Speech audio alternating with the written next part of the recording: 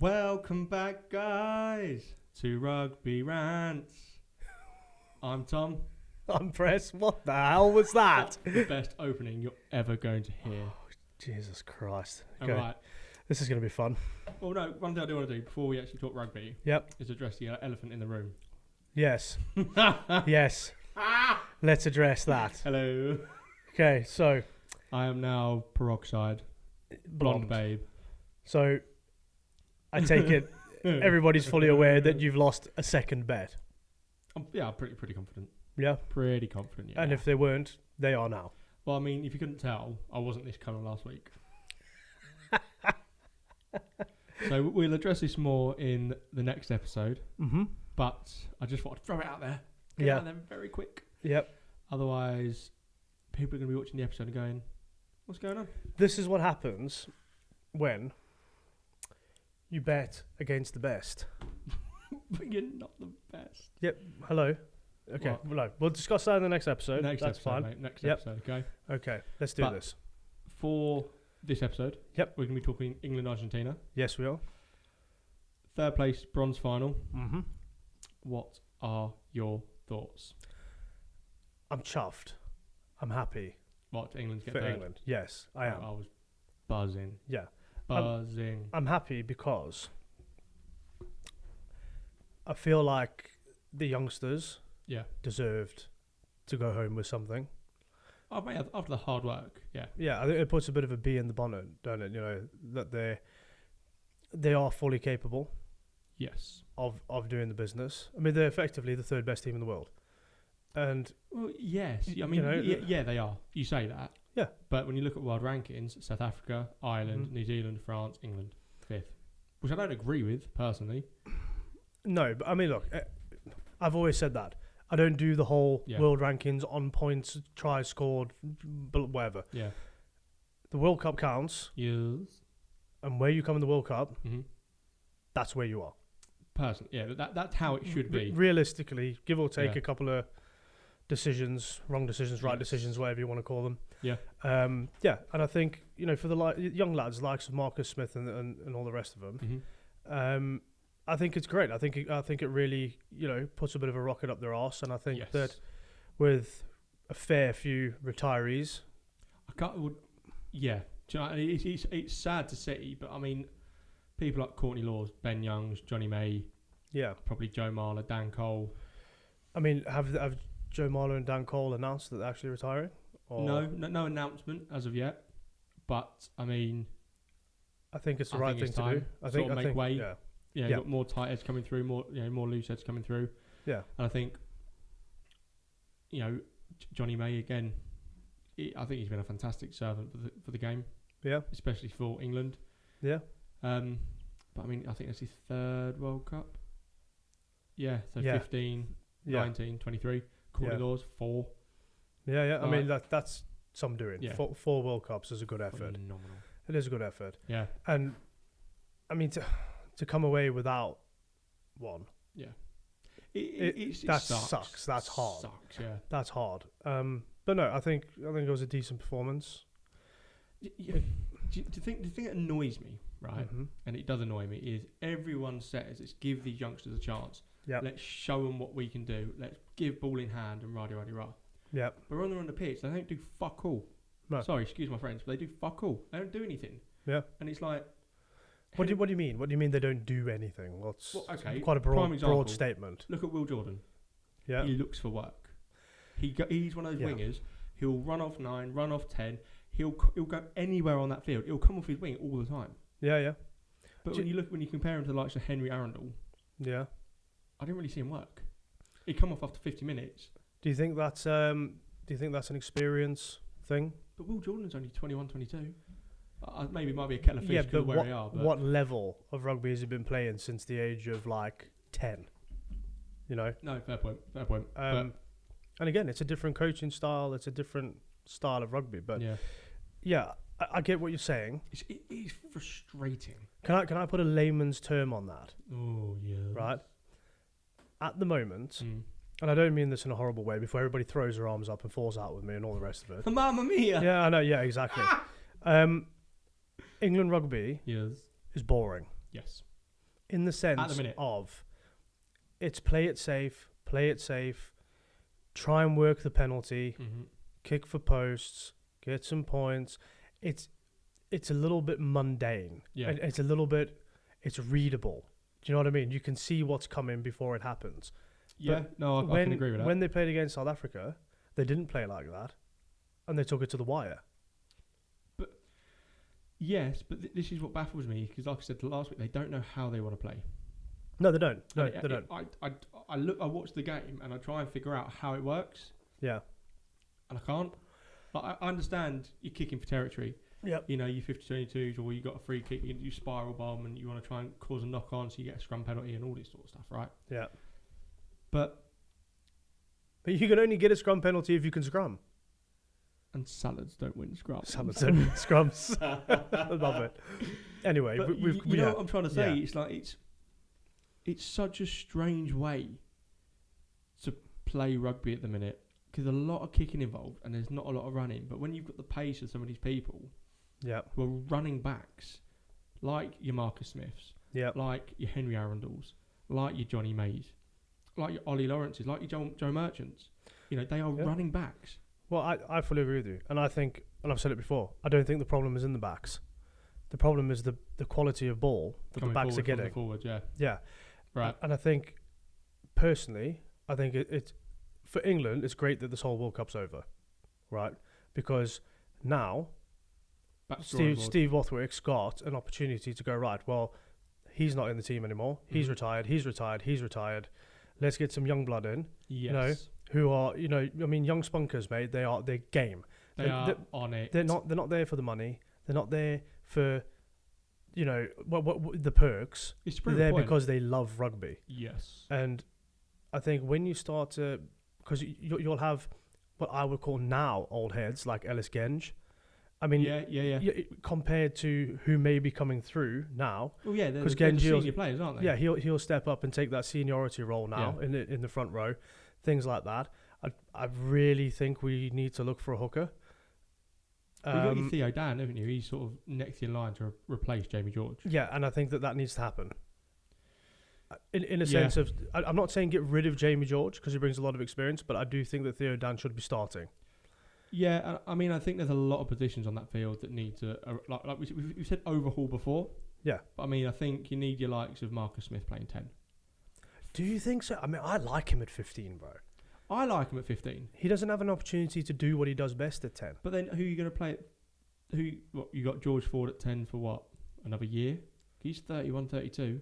Yeah, but Farrell's already 32. He's going to be retiring soon. Yeah, but you've got a year to find who you want to put there and mould them how you want. Yeah, but you're already basing it around someone who's already there. So you need to get fresh blood into that position. Same with 9. Alex Mitchell or Jacques Van Poorvliet, or what do you do? What do you do? Well, I mean, for me, you obviously start looking. You have to. Because when you look at the quality of 9s that's out there, I mean, all right, you've got Faf, you've got Corpus Reynard. Yes. You've got the little Frenchman, Dupont. The little Frenchman? Lord Farquhar. Yes. You've got the likes of Aaron Smith. Retired, but I'm talking about the level of 9. Yeah. The level of 9. England's 9 don't stack up. Do you know who I think England and they've missed a trick massively? Who? Ben Spencer. I knew you were going to say that. From Bath. Yeah, I knew you were going to say that. Dude. Yeah. He is phenomenal. He's fantastic. He's such a good 9. And they've I like Ben Youngs. You know, he's had 127 caps. He's now retired, right? Yeah. And they haven't got an immediate replacement. They should have brought Ben Spencer in 40 caps ago. Yeah. But that's what they needed. He went out to 2019 World Cup. He had a game with Willie Hines. Had 40 minutes each, and that's it. And they've not been spoken about. Yeah, and it's sad.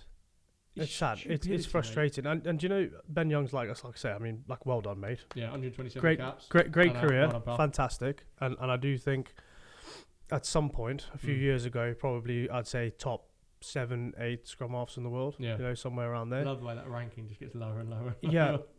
Well, the thing is that there's people over the past 4 or 5 years who have retired since, but were still playing just after the last World Cup.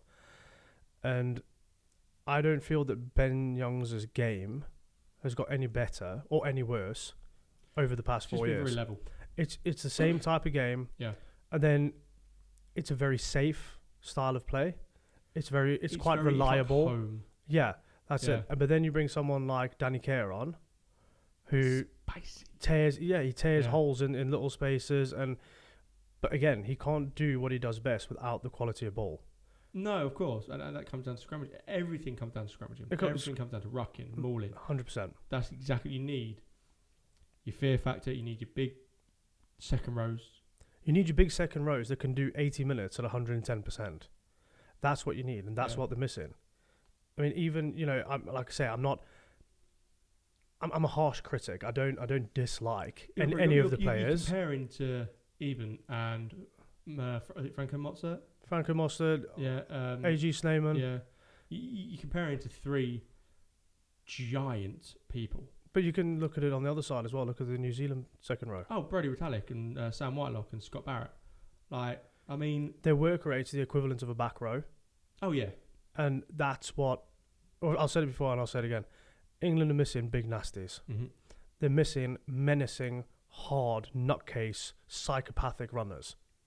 But it's not even that. Yes, that is a fact. But they're also missing the likes... Like Ben Earl's only come into his own over this World Cup. He hadn't had a look in. He is England's future. He, for me, is England's man of the tournament. 100% agree with you. Absolutely. What a performance, mate. Where has it come from? Do you know, point to prove? Balls. Point to prove. Nothing to lose. And can I just point out that I said, before the World Cup even started, where the hell is Sam Underhill? Why is he not in this team? Oh, mate, yeah. And he came in, he got man of the match. Came in, one game, smashed it out the park. Yes. Did what he does best. Again, missed the trick. But who did you have? Tom Curry with him. Sam Underhill, Ben Earl. What a back row. What? Why the hell are we not playing these people? Sam Underhill is still only 26 years old. Yeah, exactly, mate. He's got 10 years left if he wants it. Realistically, I mean, mate. he is the Lewis Moody of this generation. But he goes down, he does his job, he gets back up, he's bleeding, his teeth missing, he's got black eyes, he gets strapped up, glued back together, and he carries on. He does exactly what a back row should do. Yeah. Sticks his head where it shouldn't belong. Good 7. Fantastic 7. So he'll only get better, and he could potentially be one of the best 7s in the world. And I just hope he has the game time. I hope now that the RFU, the coaches that are higher up in the ranks, realise that you can't pick an international team to compete with the best on if you face fits or if you play for the right club or if your reputation 10 years ago was brilliant or whatever the situation is. You've got to go on form. Yeah, you have to pick on form. And I think that, because I always say this about football, right? They should be paid on a performance-based scale. Not because of who you are, not because of how good you were 10, 15 years ago, not because there's more money in that club than there is in other clubs. Yeah. You should be picked on performance. 100%. I don't think I've ever seen Sam Underhill have a bad game. For club, for country, never. No. Never, ever. He does what he needs to do. And he goes out, he does his job, he smashes tackles. Bro, the best game I've ever seen that guy play, 2019 semi-final against the All Blacks. 100%. He smashed everybody. Yeah. Scott Barrett, Geordie Barrett, Boner Barrett. He smashed them all. He literally took out the All Blacks by himself. And it's not only the tackling ability, it's not just that. It's the work rate that comes from it. The hit's made and it's a dead stop. Yes. There's no he's got a couple of steps out of me or whatever. No. He cuts them in half, hits the deck, and then he's up and his hands are in for the ball. He's being a chuffing menace. He's over, 100%. Yeah. And he does his job perfectly. Every time. Exactly the same as Quokka Smith. Exactly the same. Quokka Smith, oh my God. Yeah, unsung hero for South Africa. Exactly the same as Detoy. And what a guy. He is on. Do I say that? He's on the spectrum, right? Who? Hey? Who is? Sam Underhill. Oh, right, okay. And Tom Curry. Right. Are on the spectrum for being borderline psychotic, right? Right. But that's exactly what you need from For a 6 and 7, right? Stop playing it safe. Stop playing it, are the fans going to be upset if we don't play that player? Or, are we going to get enough funding if we don't play so-and-so? It's like, I call it like, it's the Farrell syndrome. Yeah. Right? It is. You might as well call this the Farrell podcast. They should call him Teflon, because nothing sticks, mate. Right? Seriously, the bloke could get away with actually murdering somebody on the pitch and it'd just be like, oh, well, he'll have a week ban. Week ban. As far as I'm concerned, he's done great. Mm-hmm. He's had a cracking career. Highest point scorer ever for England. Great stuff, mate. Happy days. Pack your boots in your bag and move out the way. Because I feel that he's a liability. All this jumping up and down and shouting at the ref, telling him he's making the wrong decisions. Well, we had that against you guys, didn't we, in the semis? Yeah, and all the rest was back 10 metres. Exactly, and he made him look like a schoolboy. Yes. Right, and that's exactly how you should be treated in rugby. If you saw gobbing off at the ref, did you see this? Did you see that? Moan, whinge, bitch, moan. Right, people can't be doing with it. No. And I personally think that he's a liability. The high tackles that he puts in, the shoulder to the faces, then he goes, oh yeah, I'm terribly sorry, and he does it the week after, and he does it the week after, and he does it the week after. Well, he's not sorry. Because he's still doing it. Because he's still doing it. They sent him to tackling school, waste of time. You shouldn't have to go to tackling school at this age, right? I'm sorry, but you shouldn't. It's as simple as that. You can't run without your legs. Very true. So why are we still tackling where the ball is? Unless you're going to rip it, unless you're going to do a faff and rip the ball, instead of make the hit. This is where you come in and you get one high, one low, don't you? So someone hits him here, someone goes in to rip the ball, you pull it out, tackle has gone down. So I think the game itself was, I think that they got off the bus. I think they had a point to prove. To do. Yeah, they had a point to prove. Yeah. And I think tactically and skills-wise, probably the second best showing they've had in a while. Yeah, I can agree with that. I mean, my honest opinion on the game was they had a good 40 minutes. Yeah. The first 40 where they racked up points. Yeah. They did what they needed to do. They come out in the second half and Argentina pulled the pants down a little bit. Yeah, they did. I think that starting 15, give or take 1 or 2, should have been the starting 15 against South Africa. Yeah, no, I remember you saying this to me. Because you were going to fight fire with fire there a little bit. I can understand Sam Underhill coming in. Theo Dan.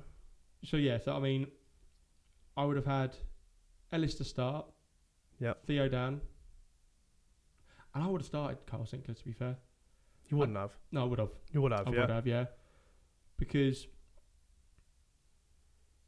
I'll be honest, I like Will Stewart. I don't rate him. I think he's an okay tight head. I think there's better tight heads, personally.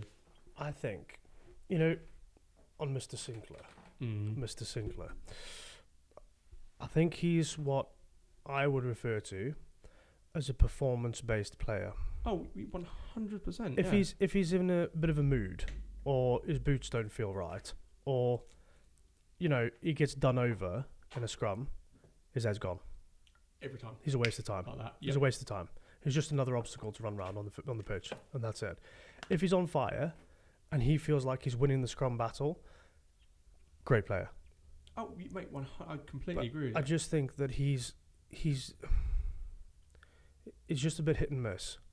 He's not a week in, week out, consistent, solid scrummager, and it was proved on more than one occasion in this World Cup. Yeah, but even like the most recent, looking at Ox.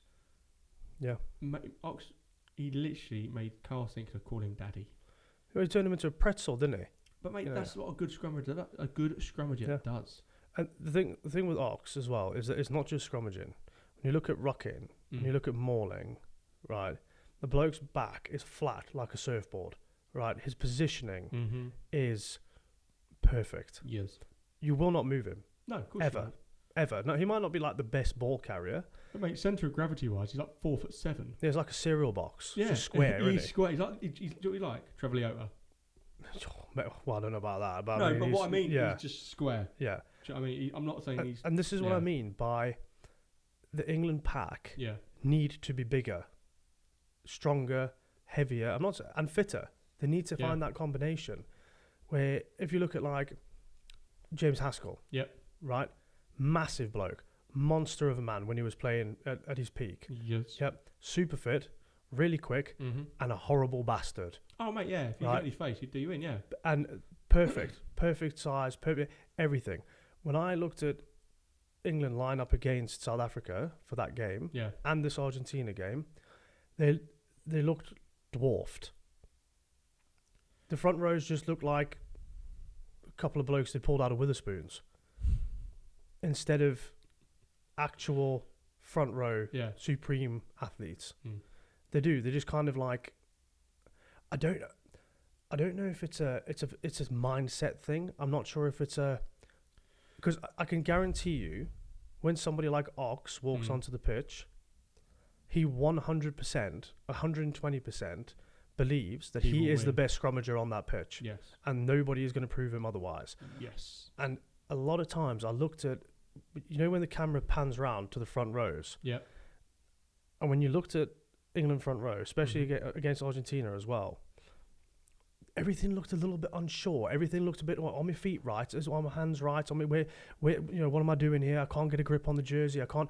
And it just seemed like it felt like they'd been mashed together and they'd never scrummaged before. Strange though, isn't it? Like, bear in mind they've had 5 months together. Yeah. So you would think that they would know each other and be a little bit more cohesive. But in all fairness, I have listened to interviews recently, and even Courtney Lawes obviously saying he's going to retire and everything else. Yeah. Saying that the only thing this team needs to work on is cohesion, being together. Yes. Whatever that word is, yes. Yeah, but no, it's true. Yes. And you can see the difference when you look at the Kiwis. Yeah. You look at the Springboks. Yeah. They're a family. Yeah, but it's a unit. Do you know what I mean? You played years and years and years together. But it goes further than that. Yeah. The kids are there. The wives know each other. The girlfriends know each other. Yeah. They'll get together outside of rugby. There's a bond that's very different. Very, very different. Rugby? And this will be grassroots. This will be at top tier level. Yeah. Very clicky.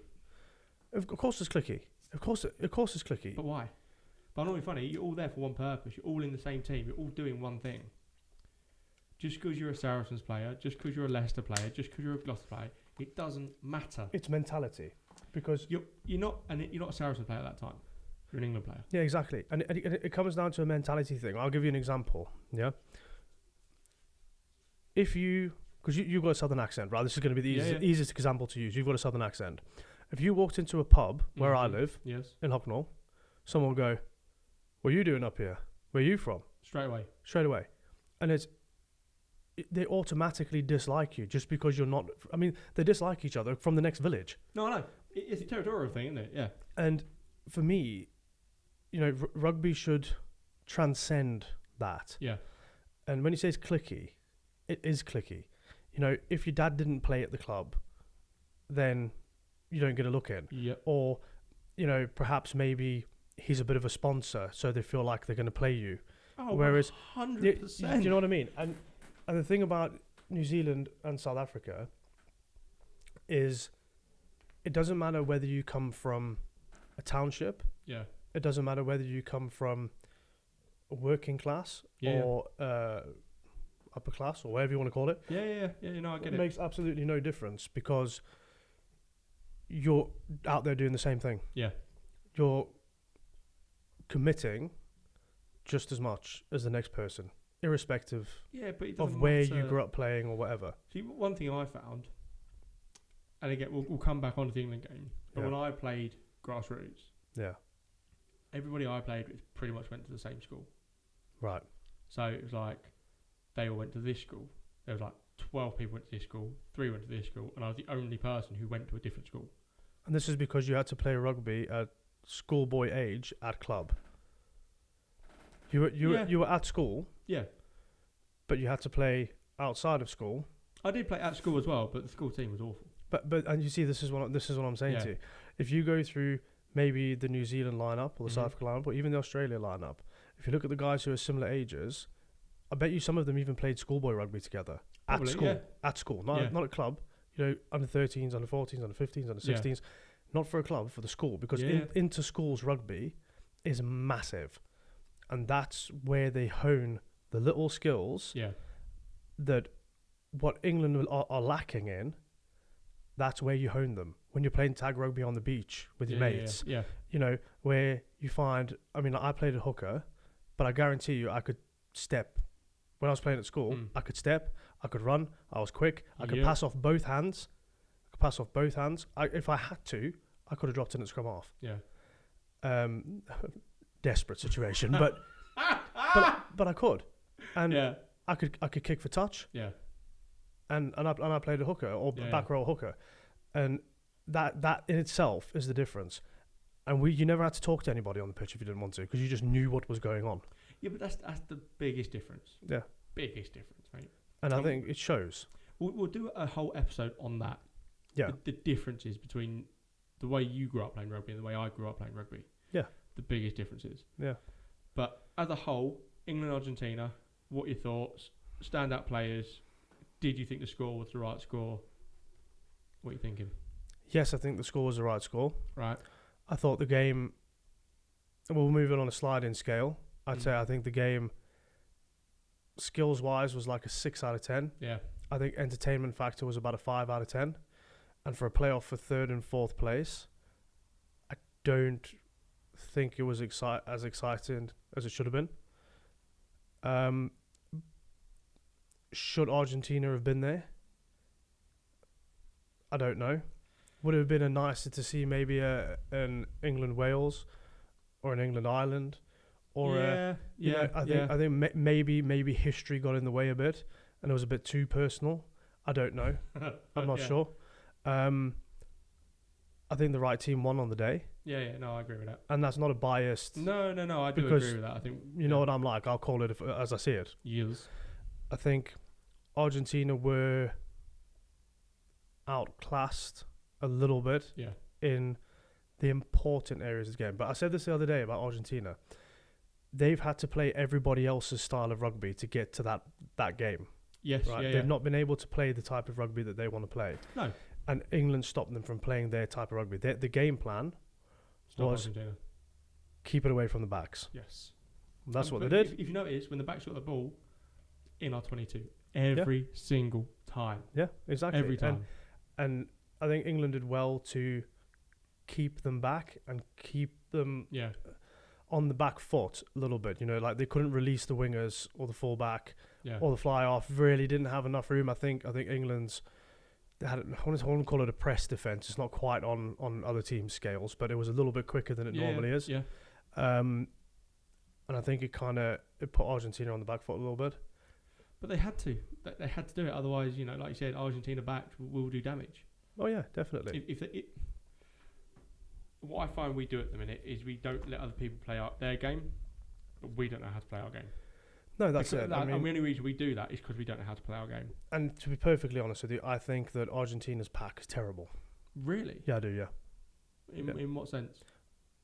I just think that it's... I don't quite know how to explain what I'm trying to say. I think it's hyper emotional, right? Okay. It's after every scrum we're complaining about something, or there's a bit of handbags at every single ruck, and there's a bit of like it doesn't work anymore. Yeah, it's not. You know, you think that getting hold of one of the England players and keeping him on the floor for an extra 5 seconds is going to benefit you. Well, it's not. It's not going to benefit you at all. It's still going to get up off the flipping floor. Like, what difference does it make? Yeah. I think that the hooker for Argentina, Julian Montana, he's been around like 100 years. Yeah. I think he's a liability. Really? Yeah, I do. Yeah, I think he's a liability. I think all he ever wants to do is fight somebody. Right. That's all he ever wants to do. He doesn't come on to play rugby anymore. He comes on to moan, and then he wants to have a brawl. Right. I think in that Argentina mentality though. Yeah, but back in the day, right, go back 10, 15 years, that might have got under the skin of certain people or whatever the situation is. but it doesn't do any. You just make yourself look a mug, don't you? Yeah. You just look stupid. I think that there's a prop. I'm terrible with the names. I'm sorry. Oh, I don't know a lot of the Argentina names. I don't know. You look like a 12-year-old in like a 25-year-old's body. Oh, yeah. Right. Useless. He didn't really do much. Useless. Yeah. Waste of time. Every now and again, you get the ball and you go on a little rumble or whatever. Yep. Again, just an antagonistic little shithead. and the thing is, when you're coming up against people who have played for as long as some of the England boys have, you're not gonna intimidate them. You're not playing club rugby anymore. You know, it's not gonna be, oh geez, he's a bit nasty. All they do is just laugh at you, mate. But I think that's what it comes down to, though, doesn't it? It comes down to that's how Argentina play, so that's what they try and hone in on. Yeah, I think they're just angry folk, aren't they? Yeah. I would if you weren't that very good at rugby. Or that ugly. Listen, there's not many pretty rugby players. I can say that about everybody. Well, yeah. But yeah, and I think for Argentina, I think that's where it all goes wrong. I think when the chips are down, they don't get together as a team and go, do you know what, we're fully capable of this. I mean, I would imagine they get in a little huddle because they can't play the fast, sort of flamboyant type of rugby that they want to do. And suddenly it's like, what are we going to do? Well, I don't know. Let's just scramble. Yeah, let's just be annoying. But I mean, they've done it. They've done it before, and they've beaten New Zealand, for God's sake. Yeah, I know. They can't seem to string together win after win after win after win, which will then make you a better team because you build on confidence. And let's be fair, when they played New Zealand, it was a very bad period of time for New Zealand rugby. They didn't play New Zealand when New Zealand were at their best. Okay, they didn't. Well, no, we've seen that. Yeah, exactly. And I still don't think New Zealand are at their best. I don't think they're far off. No, I don't think they're far off. I don't think they're at the best. But and I think that's what Argentina need to do. I think they need to, as coaches, as staff, as you know, all the way through the clubs, through the schools, whatever they do. Rugby now is not, it's not a bar brawl with a rugby problem. Yeah. Do you know what I mean? It's more clinical. Rugby's more scientific now than it's ever been. Oh yeah, 100%. It's more strategic. It's more, you've got to be like an optimum athlete. You've got to be fit. You've got to be strong. You've got to be big. You've got to be heavy. You've got to be fast. You've got, you have to be take every element of it. Don't you? You have to be there. And what I look at England and Argentina, to be honest. If the ball goes down in the middle of the pitch and there's no forwards there, the backs don't rock over. They don't pile in. That's very strange. There's the odd one that might. I tell you who does it well is Marchand. He'll get in and try and get over. But other than that, I mean, when you look at South Africa play, sometimes you'll see Faf rocking out because he's got to. Yeah, he's got to. And is that because these teams don't have those little skills that I was talking about that you learn at grassroots? As a prop or a hooker, I can just see Joe Marler or Dan Cole going to the base of the ruck and spinning it off the left or the right hand. No, they won't. They can't. And that's what they're missing. Yeah. So if the backs have to pile in, look at Dialande. Yeah. Look at Jesse Creel. They will hit that ruck as hard as a back rower. Yeah. And do the business. And somebody from the forwards will pick that ball up and give a decent pass to the backs. And I think, as a whole, as a skill set, player for player, they're lacking. England, or both, and Argentina. Yeah. Like we said before, though, I think big overhaul. Definitely. I mean, if I could pick an England 15 to start in the Six Nations, I reckon I could probably try and do it relatively well. I mean, that's taking out some key players and putting in some fresh faces. Yeah. And I think people who deserve a chance. Yeah.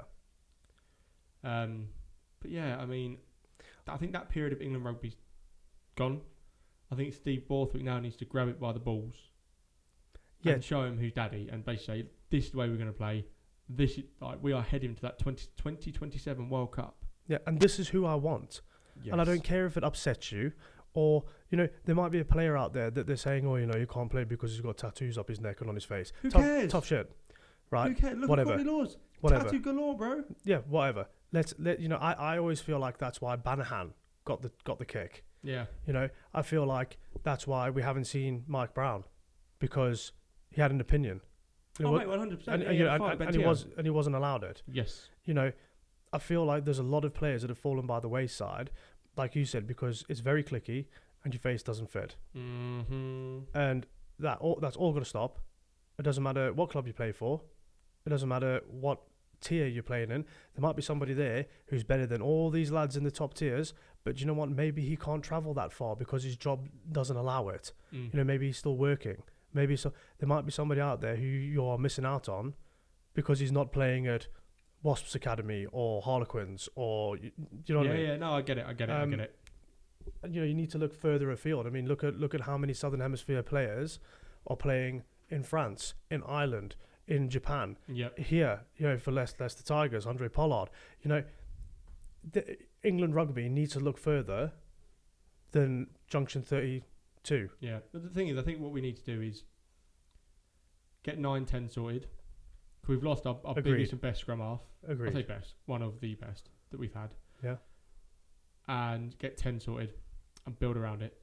I agree. Doesn't matter whether it's Leicester 9, Saracens 10, Saracens 9, and Newcastle 10, or Exeter 10, or whatever. It doesn't matter. Build around them. They're your playmakers. They're your key people. Yeah. Build forward from your 9. Build back from your 10. I agree, mate. Look at New Zealand. I'm not going to use South Africa as an example, but look at New Zealand. Okay. Yes. How many of their players in the New Zealand team play for the same clubs as each other? Oh, mate, you say that. I saw a video on this the other day. I think they had 7 Crusaders, 5 Highlanders, and 4 Blues. Yeah. And do you know when it comes to like Super 14 rugby? Yeah. They will punch each other in the face. Yes. They hate each other. Right? They do. But when you're playing for your country, it's a different thing. Yes, 100%. And if you look at the Springbok team, right? Stormers, Sharks, yep. Blue Bulls. Yes. You could go through that team, and I bet you, out of the 33, I bet you there was probably representatives from, I could probably name 6 different clubs. How many different clubs are in the England team? Sarries, Leicester, Quins. Yeah, like what? 1, 2 from Quins? Danny Kerr, Marler, Marchant, Smith. Then you got a load of Sarries boys. Yep. A couple of Leicester boys. Yep. 1 from Bath. So where are the lads from Newcastle Falcons? Where the lads? Do you know what I mean? Do you know what? I don't think we've had people from Newcastle Falcons since, properly in the squad since Johnny. Exactly. So you can't tell me that a club like Newcastle Falcons, yeah, who Johnny Wilkinson, the hero, played for, yes, you cannot tell me that they don't have players that are capable. Oh, right? bro, of course they do. And this is what I'm saying. Because they've got to travel further north than Leicestershire to try and find this talent, it's like they can't be asked. Agreed. It's just like, oh, do you know what? There's enough players down at Saracens. There's enough players down at... We'll make it work. But I do feel that the pack needs reassessing. I feel that Mr. Itoje needs to take a back seat because other than 1 or 2 games in this World Cup, he's been decidedly average. But I don't know why he's lost it. It's gone through his head, mate.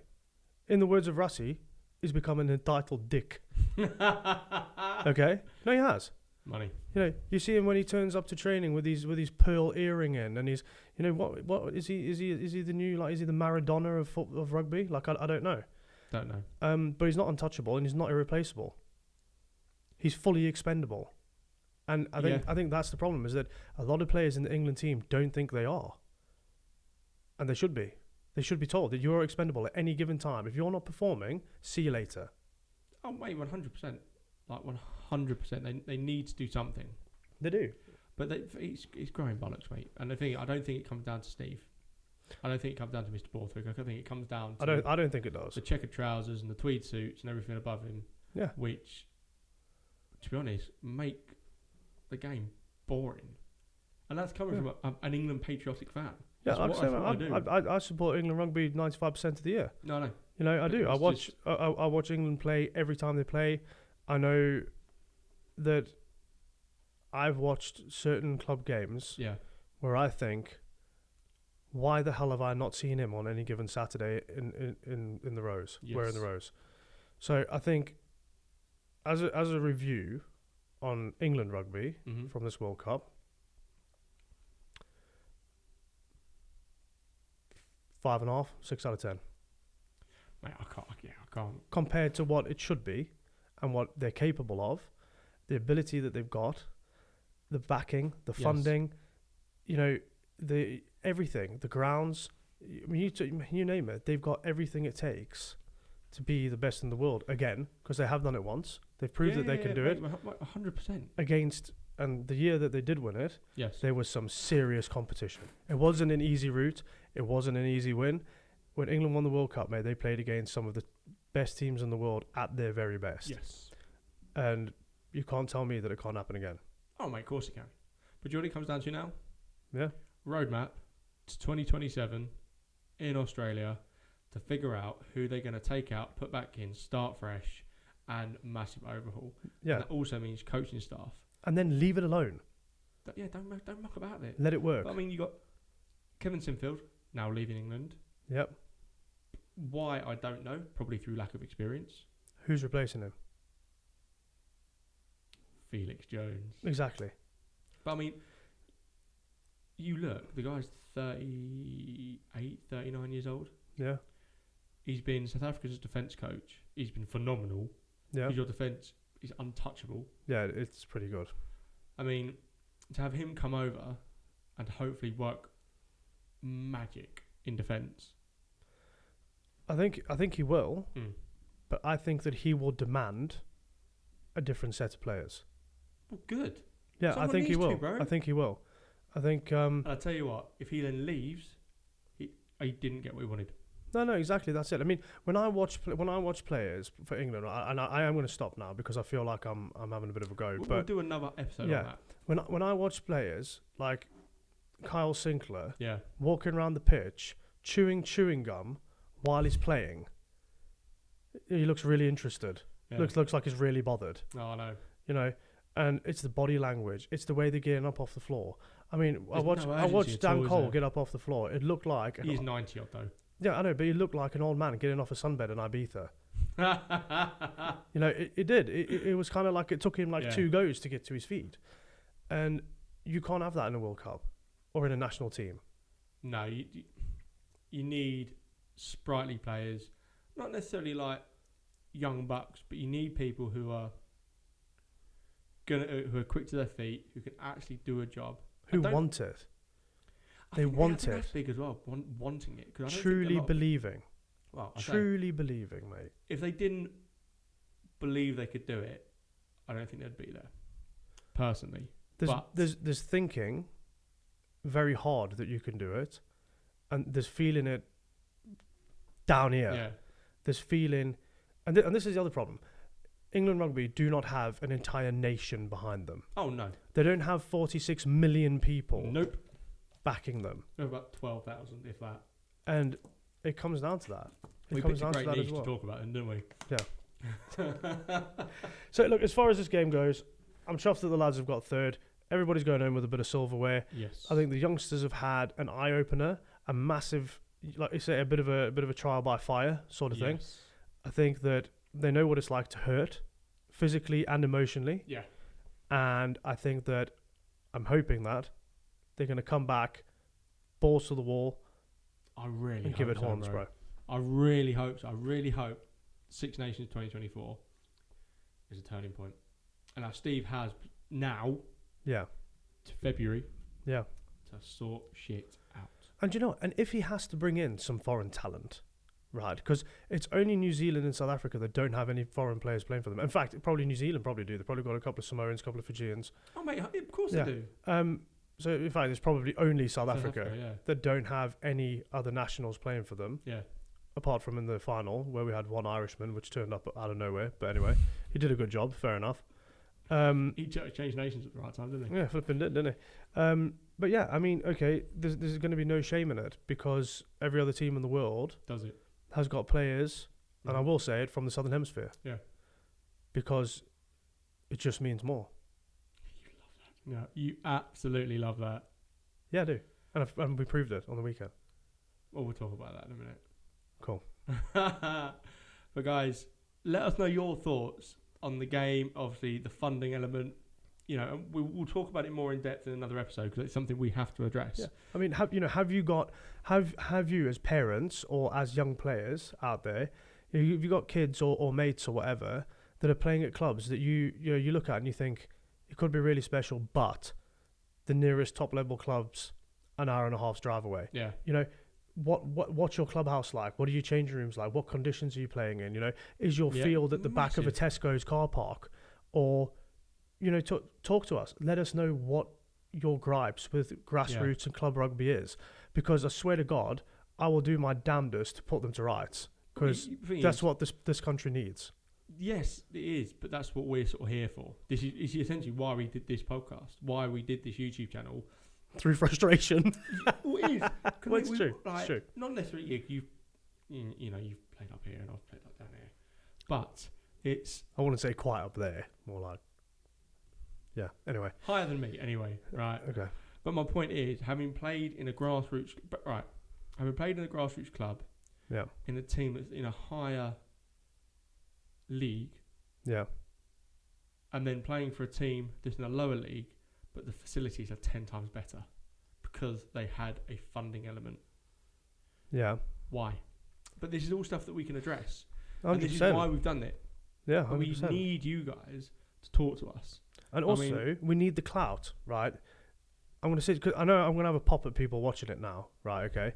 But you know, when you see the figures going out and there's X amount of people watching, but people aren't clicking bells or doing thumbses or whatever it is, the bloody hell. Well, I don't know what it is. Whatever the bloody hell you're supposed to do. Subscribe. Yeah. Hit the notification button. Yeah, right. And because I'm not some. Anyway, I don't say all that. I don't say all that because it's not my thing, right? But my thing is giving young lads and girls the opportunity to find a sport that they can play, that they love, and have an equal opportunity at a fantastic shot at a career. That is what I'm all about. And we cannot do that. We cannot turn up on the doorsteps of top clubs and all the rest of it without having a bit of clout behind us. So, well, do you know what this means, then? What? Rugby Rants Academy, boy. Matt, I'll put my boots back on. No problem. You couldn't put them back on. I can barely put my shoes on. No, I'm on my boots, but yeah. You learn your back. I'll put them on your feet. Crippled now. I agree. I do agree. You know, guys, we need you to like. We need you to subscribe. We need you to hit the notification button.